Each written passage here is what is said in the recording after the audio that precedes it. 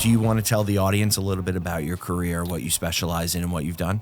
Sure. I was an NYPD detective for 30 years, which is a long time, which I didn't plan on. But my dad was a NYPD detective, so I grew up in that world, and that's all I wanted to be. You know, I'd steal his shield when he got home at night and ran around, chased my sisters. You know, that was it. It was all I wanted to do. I was either being a detective or a cop or playing baseball, one or the other. And which actually crossed for a small amount of time. But, you know, it was just something I had loved doing, and I learned really quick that, and my dad had told me, if you're going to do this job, do it great. Just do the best you can with whatever's in front of you and do it to your maximum capacity. And that's what I did. Everything I did was 100%. I didn't take a day off. You know, it was no matter what it was, a case or working on patrol. I just put everything I could into it and wanted to be successful. You know, you want to be that guy, that detective who gets called into your boss's office, say, hey, I got this big case, it's yours. You want that, you know, and that's what you strive for. And luckily, a couple of times that happened. But, you know, I started off on patrol in the west side of Harlem in 1990. And during that time in New York City was a disaster. I mean, you know, we were dealing with about 3,000 homicides a year, 110,000 robberies, 88,000. That's what was going on in New York City at the time. And you were thrown in the middle of it. So you had to learn very quickly how to be a cop. You had to survive. And to keep up with all the other cops that had been there for X amount of years. You know, you wanted to get your niche in there and be relied upon, you know, with the more seasoned you know, veteran officers. So you just worked hard. So I was on patrol, and I was actually only in uniform for a couple of years. And then I got picked up for the anti-crime unit, which is a plainclothes unit inside the precinct. And we dealt with the gun runs and robbery patterns and all that. And that was an amazing transition because it was more fun. It was a little bit more freedom. You got to dress like this every day, which was even better. And then I went to Narcotics in the Bronx and started on the track of becoming a detective. And Narcotics, you know, I've been asked this so many times, what was the best place or most fun place you worked? And it was Narcotics. That was the best time. And my definition of fun and best time, some people might look at it and go, all right, that's not fun. But in the world of the NYPD and police work and narcotics, it was fun. Doing search warrants and doing long-term investigations. And the team I had made it fun. We were very close. We knew each other. We did a ton of search warrants. So we knew each other's moves, where everyone was going to be during a warrant. And I was the RAM guy, you know, so everyone kind of took where you're going to end up once that door opens. So, and we did the same thing all the time. And the long-term cases we did, one in particular, we managed to seize the largest amount of kilos in the history of the Bronx Narcotics Division in the case we did with the DEA. That was our team. So those are the cases that we did. And like I said, lucky as hell, and then got promoted while I was in narcotics, which was a dream come true because that's what I wanted. I didn't want to be a sergeant. I didn't want to be a lieutenant. None of that mattered to me. I wanted to be a detective. And I got it, so that was a great day. My parents were both still alive at the time and were there to, you know, celebrate that with me, so that meant a lot. And then, you know, then you're a detective now. So you start, you know, acting like one. You know, not that I didn't before, but it's that thing you have now that you have to represent the department in a different way because an NYPD detective is known throughout the world.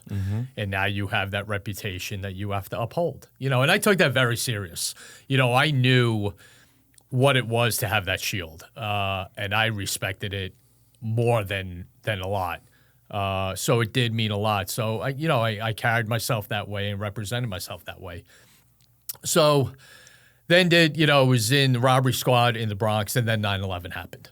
And 9/11, as you know, changed the world, changed many people's careers, including mine, changed my life at home. Everything changed.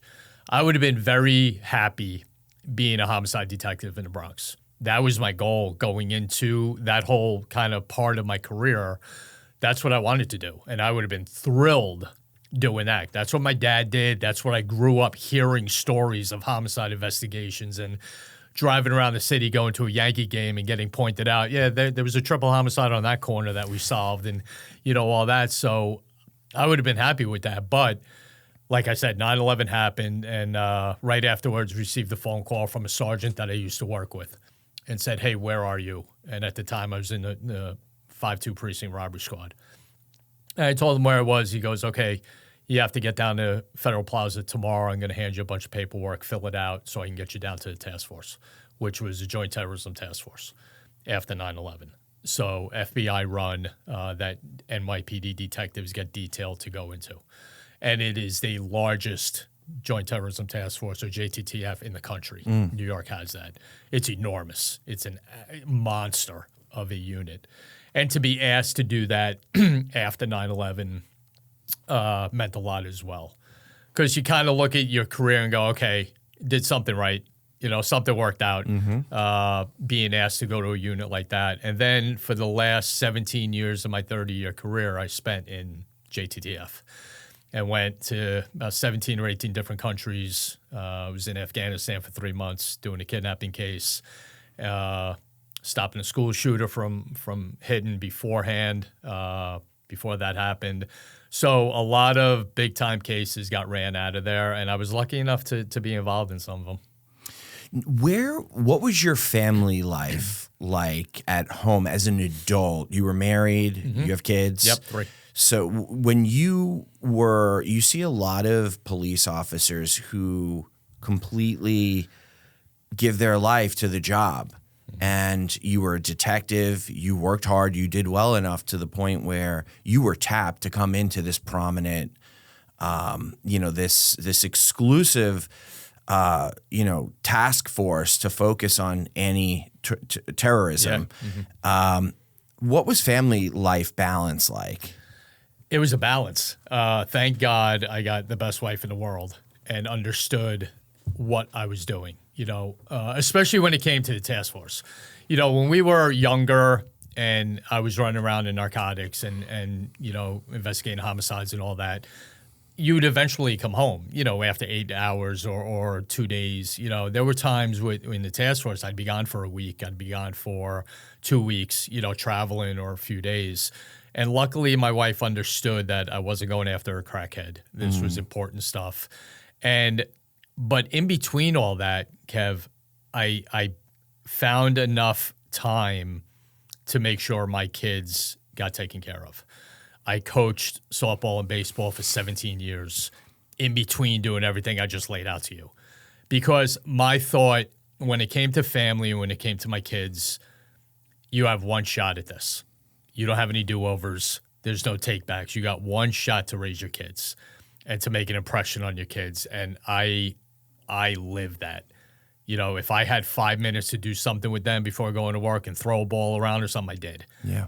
That was just how it was.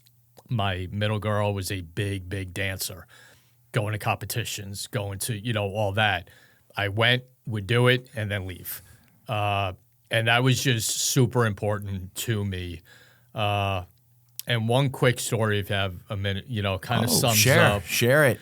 And it's an emotional story when I think about it, but it was so profound in my relationship with my older daughter, who's a big softball player, played softball in college. I coached her from the time she was 5 to the time she was 24 years old. But this one particular time, she was in the 7th grade and made the JV team in high school, all right, as a pitcher. That's really good. But at that time, when she made the team, I was in Afghanistan. So the beginning of the season started, and I was in Afghanistan running a kidnapping case of a New York Times reporter, and we'll get into that for sure. So I wasn't there for the beginning of her season. And with the time difference, it was about midnight or 1 a.m. And I'm standing outside the embassy near a flagpole with my wife on the phone. She's going through her game. All right, she's on the mound. There's one out. So she's going to win her first game. So I'm holding my phone, and then all of a sudden turn around, and I have 9 or 10 guys around me. Smitty, what's going on? What do you got? I said, well, my daughter's pitching in a game at home. I got Marines around me. I got everyone around me waiting to hear what's going on with this game. And, it got to, all right, 2 outs. And then the last one was struck the last girl out. She won. Everyone, I don't even know if I did. Everyone else started cheering and jumping around. And Taylor actually wrote a paper on that story and submitted it to for a scholarship in a college and got the scholarship because of the story. Yeah. So that just meant a lot to me because it all worked. It didn't matter that I wasn't there. My wife holding the phone up and my daughter seeing her hold the phone up knew I was on the other side on the other end of that phone. Didn't matter the time difference. I had to be there one way or another. I love to hear that stuff. I do. I have a daughter, so I love hearing parents who are present, who are involved in their child's life, because there's so many people out there who have kids and just disappear. Oh, absolutely. And I got that from my dad. My dad never missed a thing. I mean, my dad never missed a ball game. I was in, didn't matter where he was. Didn't matter if he had a triple homicide in the Bronx. Yeah. He was at that game. He would go to my sister's, company softball games, and just make sure he was there. A fun game, beer in the dugout. He had to be there because it was one of his kids. I have 4 older sisters. So he went to every single thing that they were involved in and I was involved in. And I knew what that meant to me, and I know what it meant to my sisters, so I had to do that with my kids. I love hearing that. And it's funny, well, I don't want to say that's the wrong word. It's ironic because, you have Ian and I actually went to a prison, spoke at a prison about a month ago in Tennessee, and we were sitting down with some of the inmates and talking to a lot of these inmates. Oh, yeah, my father left the household when I was 4. Oh, my mom and dad left the household and I was just raised in the system. Right. My dad left because he was beating my mom and he got arrested and he's now in prison. And I left the house because I had no family camaraderie at home, so I turned to gang life. Gang life gave me that family camaraderie, and I felt accepted there. And then I got into a life of crime, and then here I am now serving 12 years in this prison.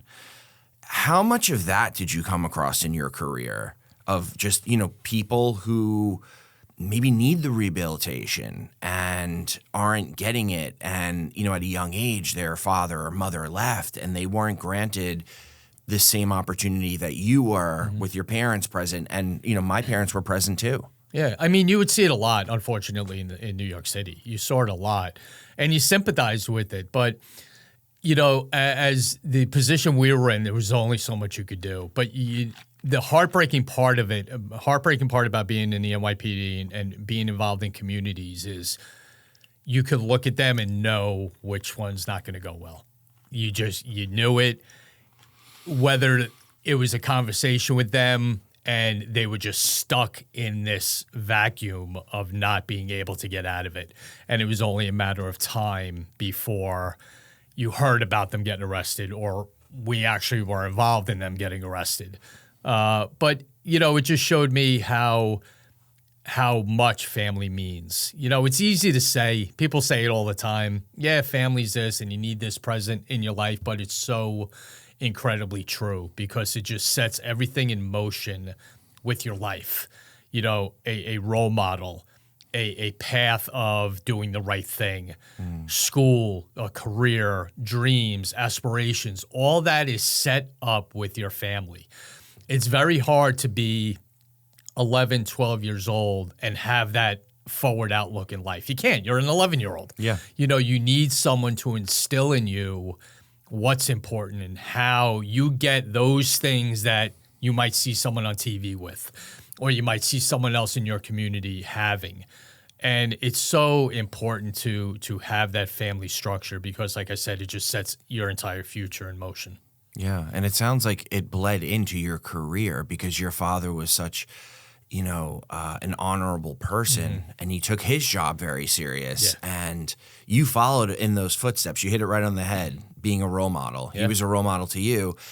Curious, how are your kids doing today? They're super successful and, master's degrees and great jobs, and looking forward to, starting their careers, which they are all in the beginning of doing. My son graduating college early. It's something that I never wanted to let him down or my mom down in the work they did with me, and my sisters too. My sisters were all successful. No one got in trouble. Not really, a couple stupid trouble. Yeah, I get it. Me and my brothers did the same right. shit. Yeah. But here was the thing with getting in trouble, and this was part of, again, the family thing. Yeah. My dad was extremely well known in the city when we lived down there before we moved, and then even when we moved, just well known. And the biggest thing was not embarrassing Dad. That was the number one concern. Man. It wasn't, oh my God, I'm going to get locked up. No, don't embarrass Dad. And I got told that at a really early age by all my sisters. Mom was mom. Mom grew up with 3 brothers and would kick your tail in a heartbeat. Yeah. If she had to. But if something happened bad on the street and the cops showed up, they were going to know who we were and they were going to know who Dad was. And you didn't want him in that position. And that was growing up. That was every single move you made or decision you were going to make going forward. Don't embarrass Dad. Did you ever embarrass Dad? No, thank God. Did your sisters ever embarrass Dad? Not, nothing to the, oh my God, what did you do? Little teenage crap, but nothing bad. No, not at all. Yeah. So you're in this anti-terrorism task force. Where is the first place that you go overseas? The first place I went was Sweden. We had a meeting there because of a case that was going on that they were involved in. So that was the first place I went. And when you first go, it's odd because in the NYPD, if you go to Jersey for a day, that's a cool day. That's a cool trip. You get out of New York City for the day and end up in Jersey.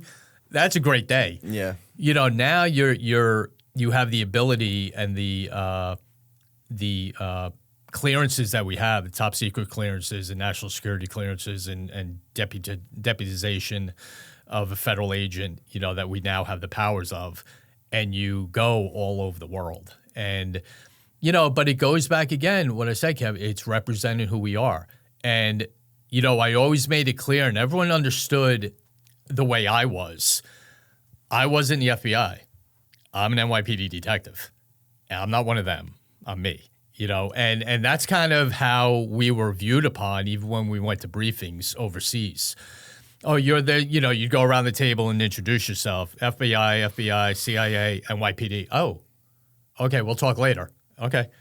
And it was a draw to these other security agencies around the world who we were. But that was the first place, was Stockholm, Sweden. Was the first place I went and kind of got an opening of, okay, this is how this is done.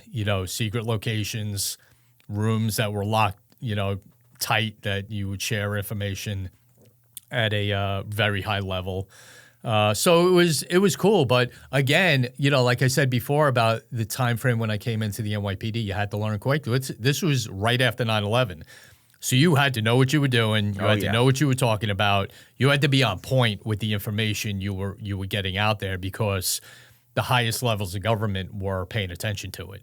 So you had to be, really precise in what we were doing. What were you doing in Sweden? A meeting. Just a meeting at that point. There was a couple of operational ideas that were going on that we were, throwing around of how we were going to do a couple of things, which was all just, I never took myself that serious. That was all like cool TV crap. That, wow, this is what I used to watch on TV. Yep. And you're sitting around now talking about it and you're involved in it. So that was the first place. What was the first piece of action that you got into overseas? Wow, probably when I was in Afghanistan. And when did Afghanistan happen? How far into the anti-terrorism? That happened. That case started in the fall of 2008. Okay, so you'd been in. I was there for 5 years, before this Afghan thing happened. Okay, and I mean, I did a ton of traveling before Afghanistan, but more meetings and operational things and sharing of information and intelligence. And how. Hey, we're not on the ground here. What intelligence agency are we going to work with that's going to handle what we can't do here on a day-to-day basis? And so that was basically what a lot of the traveling was. But when I went to Afghanistan, was fully 100% all operational. And, I tell the story all the time. In 2008, the case started. A New York Times reporter was kidnapped by an Al-Qaeda group. And, like I said before, I walked into work, got called into the FBI supervisor's office, fully expecting to have a conversation about the case I was running. And I was running a huge case at the time that was hitting around the world and really a lot. So I fully expected that to be the conversation. And he said, hey, New York Times reporter got grabbed in Afghanistan. I need you to run it with Jim. Okay. Can you put your case on hold? Yeah, absolutely. That's a no-brainer. Put my case on hold. This guy, we got to get home. So Jim and I decided to kind of break it in half. Jim was going to take off to Afghanistan first. I was going to stay back and get all the agencies we needed on board to do this. CIA, NSA, State Department, the military. I mean, a host of things we had to get done to get this up and running. And we had a head start already with a couple of phone calls that were made. So NSA was up already on some facilities that we were, tracking and all that. So that all takes place. Then in March, I'm going to Afghanistan. So now I have to go. I'm not in the military. I'm an NYPD detective, but now I have to get into a military setting in my brain. I'm not going to the Bronx. I'm not going to Brooklyn. I'm going into a war zone. So I have to get mentally prepared for that. Physically, I knew it would be all right. My tactics, what I was going to be armed with, was all good. But mentally saying, okay, this, could go bad real quick over there with everything going on, from snipers to IEDs to car bombs to all that, is real. And I have to be ready for that. So it was a different goodbye when I left. The interesting thing, because of the clearance issue, my family knew I was going to Afghanistan, but had no idea why. Oh, you couldn't share that with them? Absolutely not. They didn't know why. They had no idea about the case. They had no idea what was going on, nor what I was going to be doing over there. So all it was I'm going to Afghanistan for 3 months in the middle of a war zone. I'll talk to you soon. So that was rough. That was hard. But thankfully, again, my family's extremely strong and understood, what this was all about. There's a reason I'm going over there, not to go on vacation. So it's something bad. So getting mentally ready was a task, but I did, and I did more.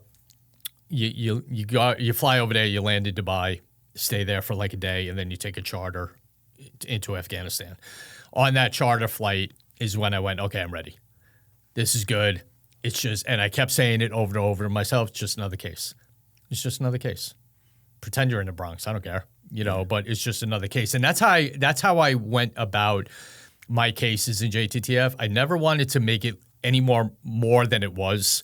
I broke it down to its smallest kind of detail to just keep me not overthinking stuff.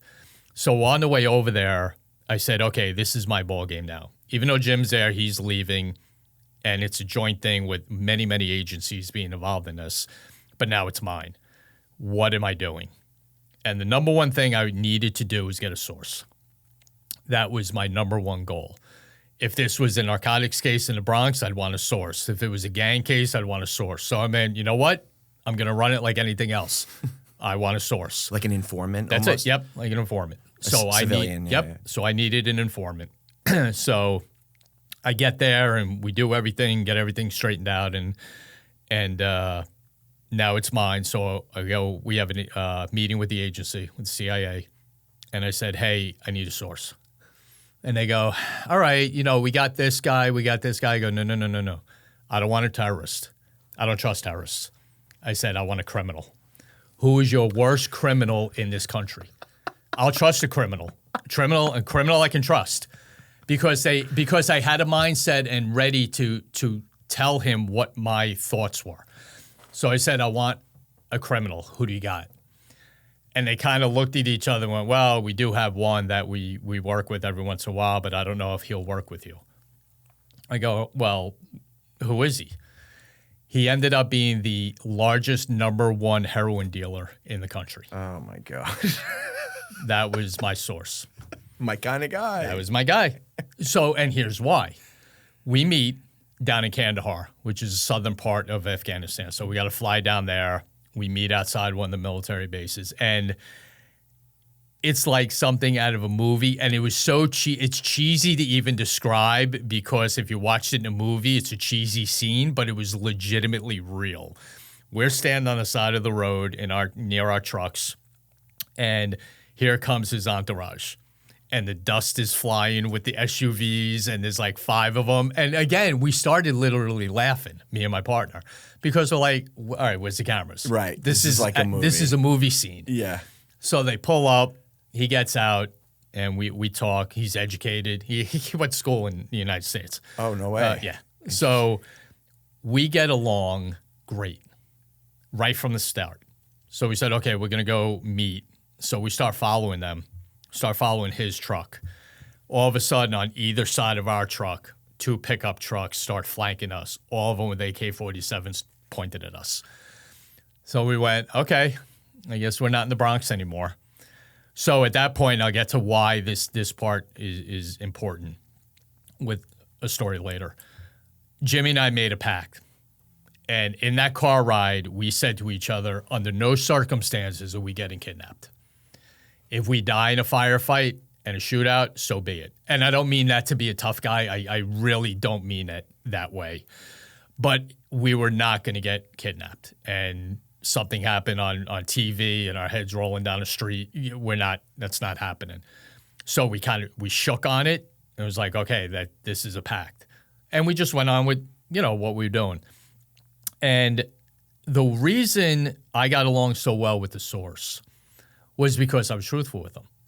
I first said, like I said to you before, I'm not one of them. I'm a cop. I go, I don't give a rat's ass what you do here. I ain't here for you. I don't care how much drugs I don't care. I need this guy home. And he got that. And he trusted me and understood that. I said, I don't care what you do. Go kill 10 people tomorrow morning. I don't care. I need you to get this guy out with me. And that did it. And we immediately just started talking. He would get us proof of life videos. And I had a pretty good idea he knew where he was because of just how wired in he was. But I wasn't really going to come right out, hey, and flip the script of where is he. That wasn't how this was going to work. Because then he would have just shut down on me and it would have been over. You got to finesse it. Yeah. It's the New York in you. Yeah. I mean, I went to Dubai and visited his mom in the hospital with him. Wow. And brought her flowers and a little teddy bear and, because that had to be done. It's the culture. Yep. And I just thought, if I have to go that extra step to get this guy home, I'm going to. And he appreciated that to no end. So it was funny because the agency would always say, hey, what's going on with him? I go, yeah, he called me yesterday. He called you? He doesn't call us. He called you. I go, he doesn't like you. He doesn't call you. So that was always like kind of a fun conversation. Yeah. And they were saying that he wasn't going to like you. Right, exactly. Right, that we weren't going to get along. It wasn't going to work. And you know what? Communication is international. If you know how to talk to someone, doesn't matter the language, doesn't matter the culture. If you can communicate and talk just to a equal level, things will be fine. You're not better. You're not below. You're none of that. Everyone's equal. Let's just get this done. We have one common goal. Get this guy home, and we get away from you. We're not involved in you anymore. So you get rid of us, and we get him home. Mm-hmm. And he understood that. He would actually say to me sometimes, Tom, listen, let's make this quick because I don't want you to get hurt if they come after me. his competitors. He goes, I don't want you near me, so let's have a quick meeting. And he ended up actually getting killed later, while after I was gone. But his competitors actually did get him. So his compassion for me was legit. With, hey, let's get this done fast. I don't want you to get hurt. But we ended up, a couple of things worked out, and we ended up getting him home, which was a great accomplishment. Can't get into how we got him home, but we got him home. And that was one of those things in a career that you're like, wow, okay, did it. And the funny part of it was when I got home, I'm sitting on the couch. Now, it's way too long to get into, but we had an agreement with the New York Times and the media that this wasn't publicized. No one knew this was going on. This wasn't on the news. No one knew he got kidnapped. This was not a thing. And that was a big agreement that we all came to. But when he got out and he got home, it got released. So I'm sitting on the couch, and that story comes up about him getting out of Afghanistan and rescued and all that. And my daughter looks at me and goes, was that what you did? And at that point, I could say yes. I go, yeah. Oh, my So God. that was pretty cool. Yeah. That she put two and two together, and hearing that it was Afghanistan, I had just gotten home, and, it all worked out. So that was a pretty cool. Did she lose it? Oh, yeah. She jumped up and down, and, man. and my other little girl and son who were younger at the time were, following her lead with jumping around. They had really no idea why, but they did find out, like, later when they hear the story, once they got older and stuff. So it was a great case, and we did have one really scary encounter. Why did they point the guns at you? Really quick before you go into the next story, when you were driving, you said they were holding pointing. Because that was his security team, making sure we knew they had his back. That's Got all. it. They were just his security team. Okay. We didn't freak out that much because we knew what it was. Got it. What if they hit a bump and they hit? Yeah, that would have been bad. That would have been bad. We were actually hoping that didn't, but it didn't. Thank God. But yeah, that's who they were, and we knew it. It was a show. It was just, hey, this is who we are. But then one day we're coming home, and this goes into the pact that we made. So we're going to a meeting, and we turn the corner in Afghanistan, and we're going to, we were actually coming from a meeting, going back to the embassy, and we make a turn, and we get cornered, and we get blocked in by about 5 or 6, 7 guys with AK-47s, and they surround our car. So both of us were very calm, and my partner was a former Army Ranger, so on point, knew his stuff. We trusted each other.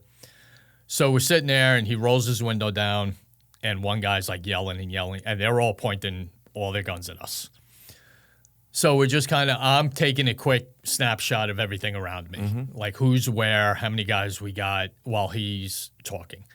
And he's trying to explain to the guy, we're from the embassy, and he's showing him our IDs, and the guy's still yelling. So now I notice that no one's behind me at the car.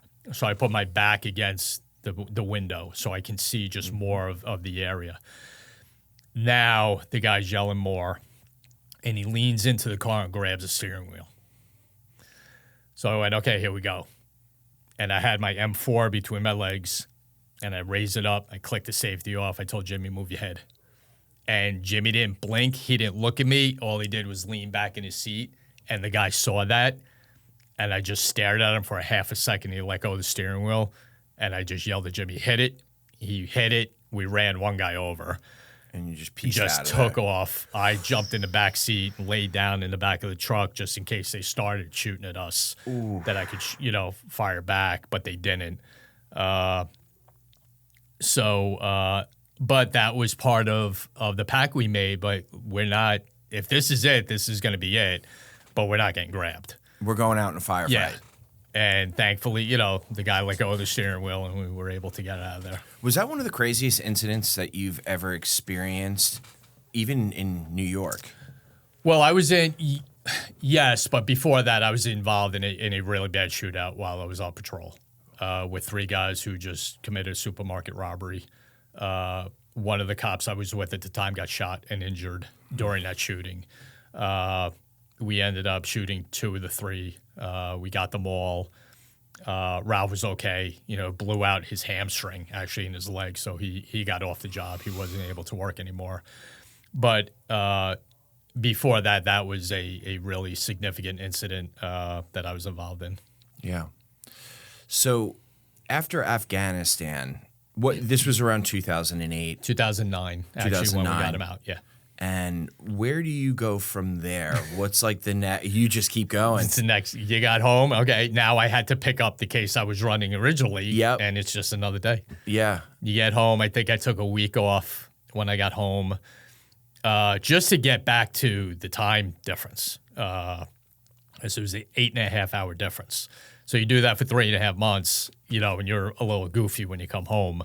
So taking a week off was more of that, and then just getting, back to, neutral. But the one thing that I think is important, Kev, I want to tell you is I realize more than ever what soldiers go through when they're at war, and the PTS part of being in the military is so freaking real. And here's why I say that. I was there for 3 months and didn't do an eighth of what someone in the military goes through. We had that incident, a couple of just, making sure that car is not parked, things like that. But when I got home, realized that it made more of an impact than I thought. Like, I didn't talk a lot when I got home to other people. I was a little bit more quiet than normal. And I didn't like sitting at red lights. I got really anxious sitting at red lights because when you're driving around Afghanistan, you don't stop your car. No matter who's in front, you push cars out of the way that might be in a traffic jam so your car keeps moving. You'll jump on a sidewalk and drive. You can't stop your car. That was like a rule because you're open to a sniper, to an IED, to a suicide bomber. So you never stopped. So when I got home and sat at a traffic light, it was really, really uncomfortable. And then I thought to myself, wow, I'm just going through this over a 3-month hit in Afghanistan. These guys and girls who were there for a year or 2 years and what they have to deal with was a real eye-opener, and even more respect for veterans than I already had. I mean, I have a ultra level of respect for them anyway, and working with them. But realizing what they go through when they come home was a big eye-opener. When did you start to heal from, and look, yeah, I get it. You were there for 3 months. It was a mild, deployment, if you want to call it that, versus, a soldier who's there for 2-3 years. What did you do to help yourself during that time to transition back into your normal life? Started just working again and coaching again and just picked up kind of where I left off. Again, you get into a mindset, and I'm unfortunately the old school reign of, just deal with it. You'll be all right. And that's how I was brought. Not that it's right by any stretch, but I wasn't. I don't think I kind of crossed that line of, oh crap, what's going on with me? I've had a nightmare, and I had nightmares for 30 years, being in the NYPD. That was my thing. Yeah. Unfortunately for me and my wife, and a couple of those, but I never felt that I went over that line of, all right, what's going on with me? Or I never drank, I never smoked. So that was never an option of, let me go have a drink. Let me go watch a ball game and have a beer. I never did that, so that wasn't even a concern. But just really just got back to work. And, I would love to get into the case I was doing with you and understand that there was no lag time. It was like, just, okay, start working again. And that helped. That really helped. Well, a huge thing for people with, when it comes to healing with mental health is community. And so I'm sober 7 years. And a big thing that helped me was, knowing I'm not alone and building a community around me, a safe community that enabled me to, do what I had to do mentally and adapt back to life and whatnot. In your case, you are jumping right back into community, which is, your family, your friends, your, the people you worked with when you were here in New York that you trusted. So, community is big. A lot of people, when they're going through something, they isolate. And you didn't isolate. Right. You shed light on, Right. Oh, yeah. And that was a big part of it. Talking out as much as I could and having, one of the things my parents made sure of was the really strong bond relationship that my sisters and I have. I mean, we're still extremely close. And that was a lot like, hey, we're having let's get together Saturday and everyone come over when I got home, and all that. So it was kind of forced on me, which was good, of, hey, we're all here. You're back. You're fine. You're in good shape. Let's watch a football game, watch a Yankee game. Yeah. So that made it a little easier. How many more years did you do in the terrorism? I was in the task force for 17 years. My last 17 years of my 30-year career was doing all that. So was that in terrorism? 2018 you exited? 2020. 2020? Yeah. Okay. Yeah. Nice. Is that when you retired? Or? Yep. Mm-hmm. Okay. 2020. And what was, at that point, what was your rank in the anti-terrorism task force? I was a second-grade detective in the NYPD. And you were working on very similar cases at the time. How long were you away from home? Were you traveling a lot internationally, or was it mainly here in New York? got in 2011. I got asked if I wanted a spot at a satellite office, which is called an RA, Resident Agency Office, which is like I said, a satellite office in upstate New York. So I couldn't say no because it was literally 5 minutes from my house. I didn't have to commute anymore. The traveling was getting to me a little bit. People were actually noticing that I looked tired, that, there were days I didn't know what time it was because I forgot what time zone my watch was on, all things like that. So when I got asked if I wanted the spot, I jumped on it. I was like, I can't say no to this with not doing a 2.5-hour commute every day. So from 2011 to 2020, I was in an upstate office, which was good. Still had its, cases that you had to run. And probably one of the most significant cases of my career actually took place while I was assigned to that office in 2018, when we had a threat of a school shooter in one of the high schools. In New York? In New York, in upstate, right near the office. And the interesting thing was it was a high school that 2 of my kids were at. Oh, my God. So, and our local high school, my town's high school. So I had a great partner we got along great. She knew my family. She knew, everything. I left the office one night, and she calls me 20 minutes later. She had left. She was doing a couple of things. And she goes, hey, we got a problem. I'm like, all right, what's up? She goes, can you come back to the office? I'm like, all right, Mel, what's wrong? She goes, there's a case we need to do now. I fly back to the office, meet her. She goes, all right, we got a threat of a possible school shooter wants to shoot up the high school. I'm like, all right, what high school? And she mentions the high school. Oh, my God. It's where my kids are, where my oldest daughter went, where 2 of my kids, one's a senior, one's a freshman. I know the principal really well. Everyone in the school I know. So I'm like, okay, do we have a picture of the kid?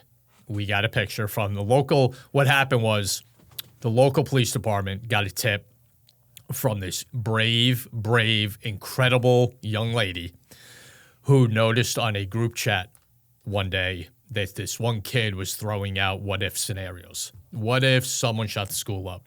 What if someone left a note in the bathroom that there was going to be a shooting? And what if scenarios are an enormous red flag, because that's the beginning of these people getting it off of their chest and getting it out there because they can't contain themselves with keeping it a secret. So it's called leaking. So that's what he was doing.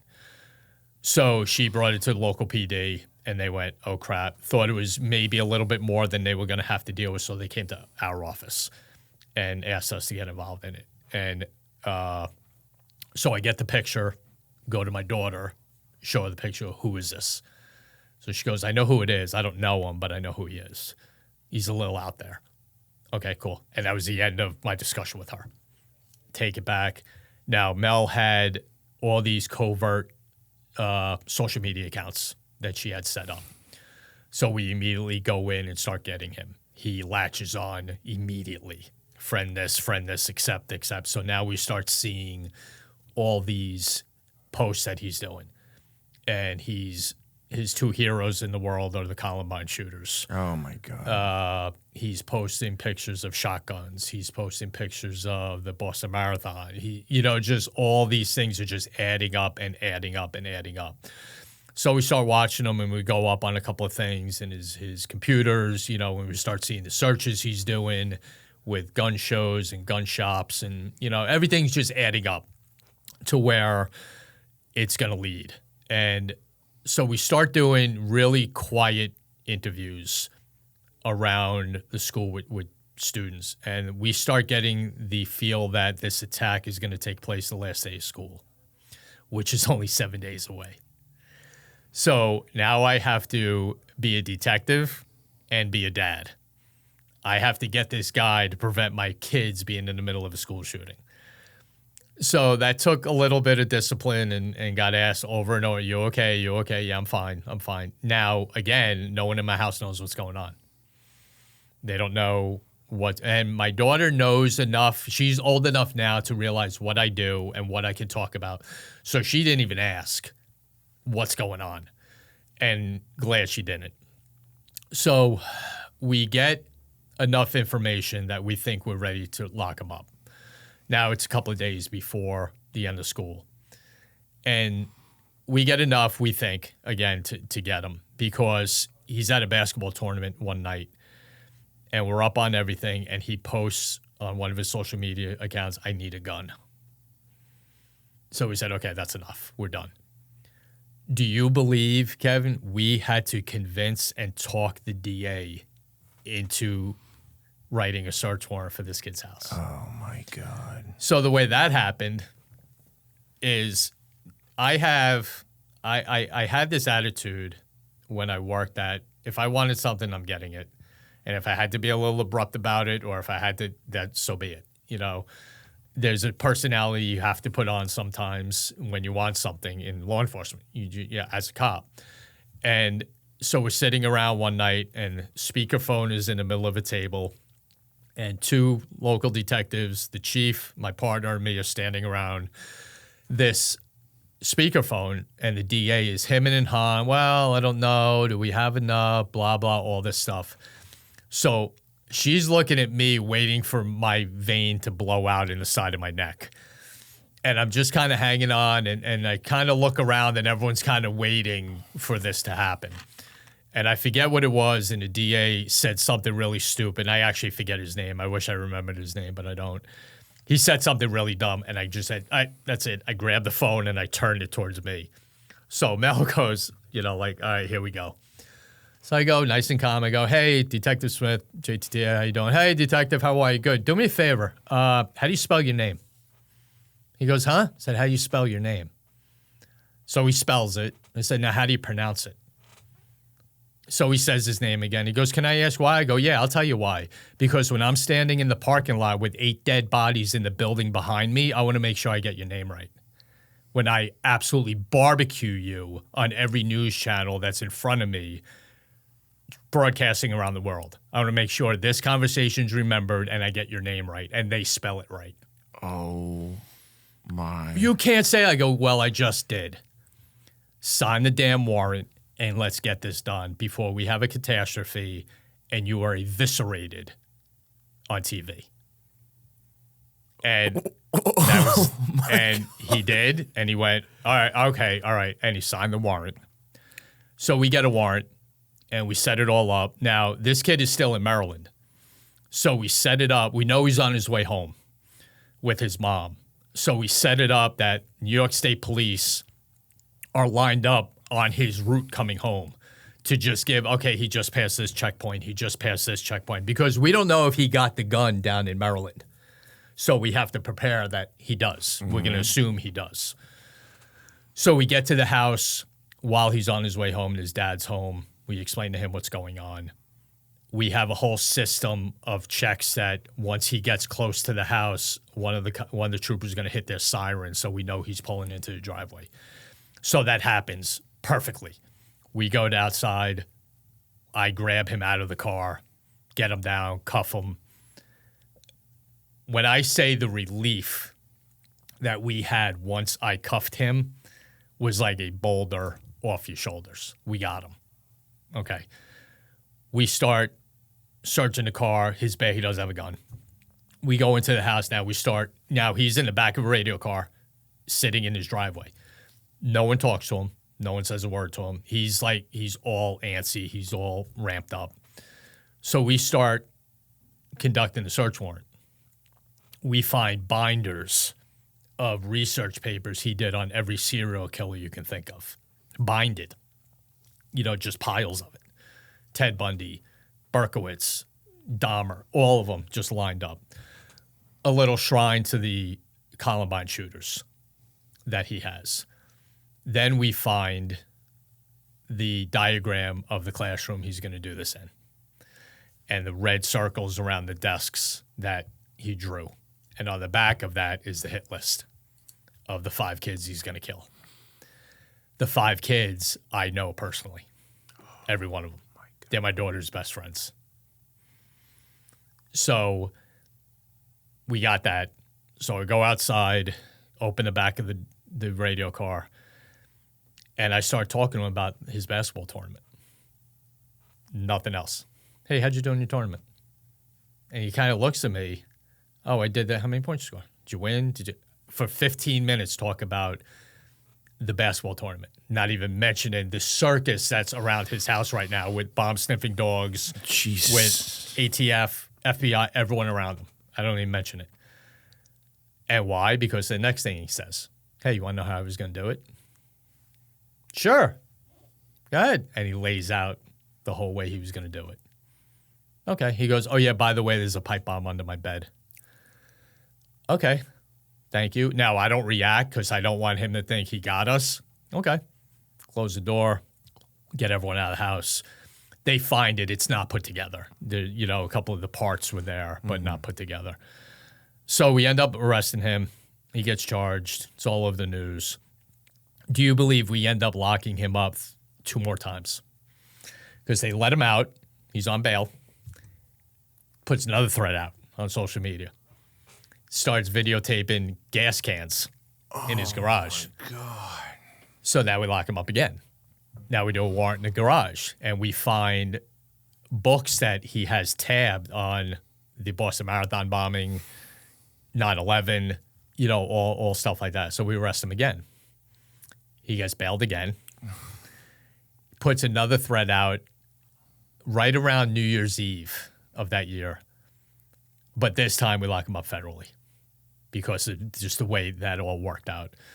So he ends up getting sentenced. He does 5 years in federal prison, which I would have loved for it to be more, but there's only so much we can do. So that was one of those cases of personal, professional. My kids are there. I got to get this guy, not only because I'm a detective and need to stop this, but I need to save my kids' lives. When you got there before he arrived at his house, when he was coming home from Maryland, and you briefed his father on what was going on, because I think about the parents. Where the fuck are the parents? What did his dad say? No, that's not happening. That's not, that can't be, all this stuff. And he had a big alcohol problem, so he kind of wasn't that involved. If I were to say to you right now, I would lay a bet that his mom knew. They were close. All this stuff was laying around the house. You couldn't not see it. The piles of research papers he was doing. And if you walked around the house, you saw him. So Did I think she knew the exact plan? Maybe not, but there's something wrong with him. And these feelings are there. I would make that bet, but How old was he in 2018? 18. He was 18. Mm-hmm. Okay. Yeah. So he was allowed to own a gun for hunting purposes in New York. And then we actually found out that he did go to Dick's Sporting Goods and go and ask about a shotgun and ask the salesperson what type of round, what kind of shotgun round does the most damage to a human body.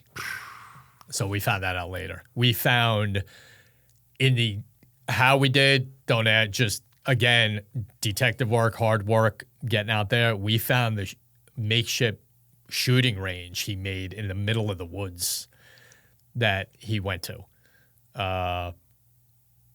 Figured a couple of things out with routes he would walk home. We just figured all that out and found it. Is he out now? Yeah. And rehabilitated or?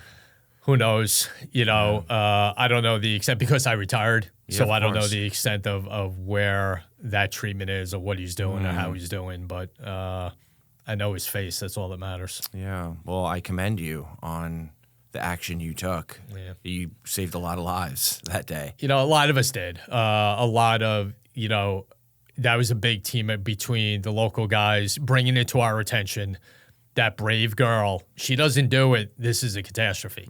She doesn't look and get that feeling in the side of her neck that, no, this isn't right.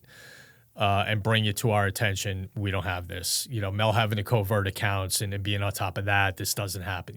So it worked out. It was a perfect engine when we started doing this, that everything just worked out. Yeah. Every spot worked out to the way we needed it to prevent this, and thankfully we did. What's your take on him getting bailed out 2 times in a row? What's your take on our system? Well, the system now is horrible, because the bail reform and the no bail thing is so bad, and it hurt. The thing is, and this is what politicians don't get, you're not helping criminals. You are, yes, don't get me wrong. You're hurting your citizens. You're hurting the people who are going to work every day and going to Central Park to jog and going to, a Broadway show. That's who you're hurting. And they don't get that. They look at one side of it as, oh, we could take care of the criminals and they, rehabilitate, whatever their nonsensical thought is with doing this. But all you're doing is destroying the people who live in these cities, not just New York, all over the place. Now, you have to remember 1994, when, like I said before, we had 3,000 homicides and hundreds of thousands of robberies. The way New York City got turned around was a series of things that took place. One, Giuliani won. He got Bill Bratton to be the police commissioner. But here's the thing that why this all worked. Bill Bratton and his team, Louis Anemone and John Timoney, and Jack Maple, went to the DAs in New York City and had a meeting with them and said, listen, if I'm going to have my guys and girls go out and lock people up, you're damn well going to keep them in jail. So you need to figure out how we're keeping the flow of criminals you're going to get. You better figure out how you're keeping them all in jail, because that's the only way we're going to save the city. And we're going to go from 3,000 to 2,000 to 1,000. That's how we're going to do it. You need to keep them in jail. So they were all on board with it. And that's why it worked. And the broken windows, the lower crimes lead to the bigger crimes and all that. That's why New York City got turned around so quick. And then the feds got involved. So you had the U.S. Attorney's Office start their trigger lock program and enhancing these crimes into federal crimes. There is not one criminal in New York City, L.A., Chicago, Miami, wherever, likes the word federal. None of them do. You say the word RICO, they all know what it is. To the lowest crack dealer on a corner knows what a RICO case is, that you're going to federal prison. They don't want that. And so the U.S. Attorney's Office got involved in that, so it scared the hell out of all the criminals. Gun possessions went down. Shootings went down. It all went down because of what was going on. You were locking people up and keeping them in jail. And that needs to happen again. Can it? I think it will. I think it will at one point turn around. Hopefully in a couple of weeks it turns around. But it's such a demoralizing feeling when you live in these cities that you're prevented or you're hesitant to go out, to go to Central Park, to go to a Broadway show because of just all the crap going on now. I was in a Walgreens, I want to say November of 2020, right after COVID had hit, with my daughter, and it was held up by two guys with guns. In the Walgreens on the Upper East Side in Manhattan, nice area. Yep. They didn't care. No. They did not care. Not one They didn't bit. care about the consequences. And when you have that healthy fear in the public, and look, you know, law enforcement's not trying to scare anyone. They're trying to scare to prevent people from doing something Right. bad. Absolutely. Right. So Yeah. And you have, you know what, I just said this morning on a show. Criminals are more on top of policies and where they can get away with things than regular people. Their phones go off all the time and get updated on what you can get away with, where you can get away with it, the views of these DAs, what's going to keep you in jail. They know all of that. They know the thresholds of, I won't go over this line, but I can do everything below that line, and I'm going to get locked up and be in jail for 3 hours, then go home. They all know that better than politicians do. And I've said it for years, Kev, when politics mixes with law enforcement, nothing good happens. Zero. Nothing good. what would you say overall across your 30-year career, the state of your mental health, seeing what you saw, doing what you did? Yeah, you know, law enforcement is so physical, but people don't realize how mental it is. And I was lucky, you know, with what I went through. My biggest thing were nightmares.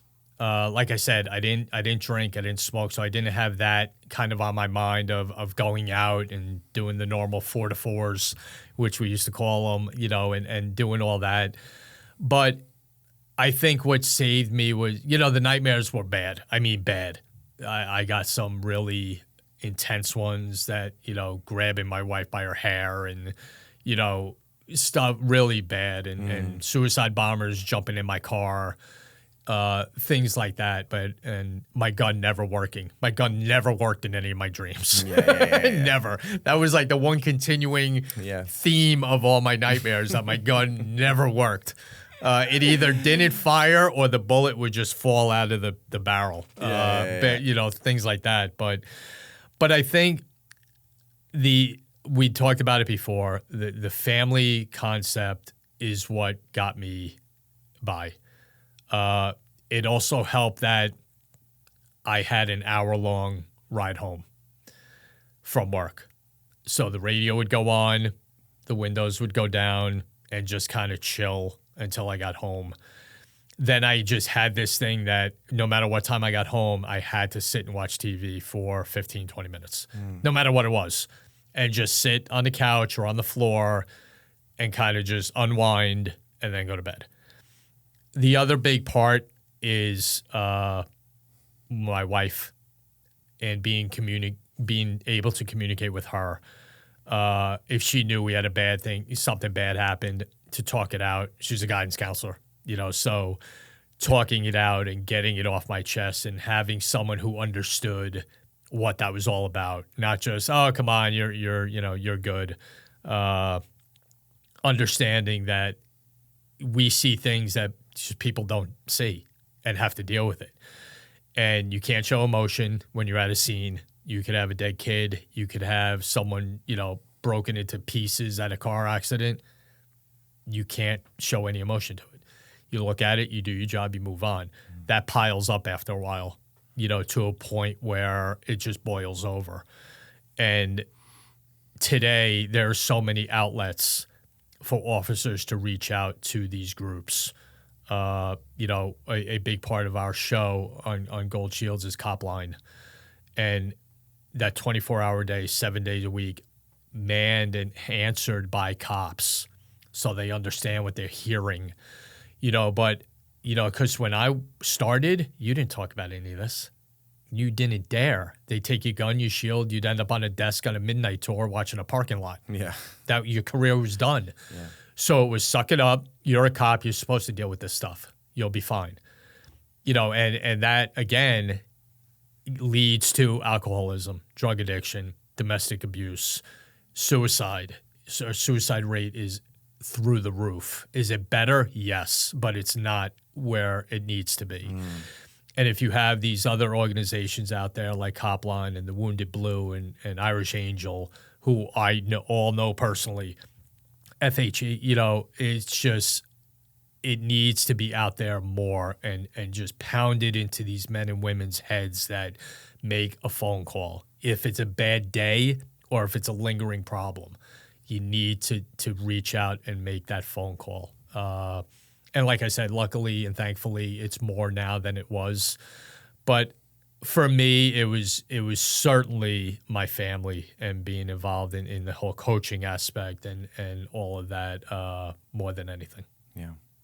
Well, Tom, thank you so much for coming out. I really appreciate it. I appreciate you making the drive. And absolutely. This was great. Thank you for having me and listening and understanding what this is all about. Thank you for everything you do. Of course. And I plug your podcast. The Gold Shield Show. We're on every audio channel that you can think of, Apple, Spotify, everything. YouTube and Rumble are our video channels. And it's great. TheGoldShieldShow.com is our website. Check us out. Love to have you on board. Thanks, Tom.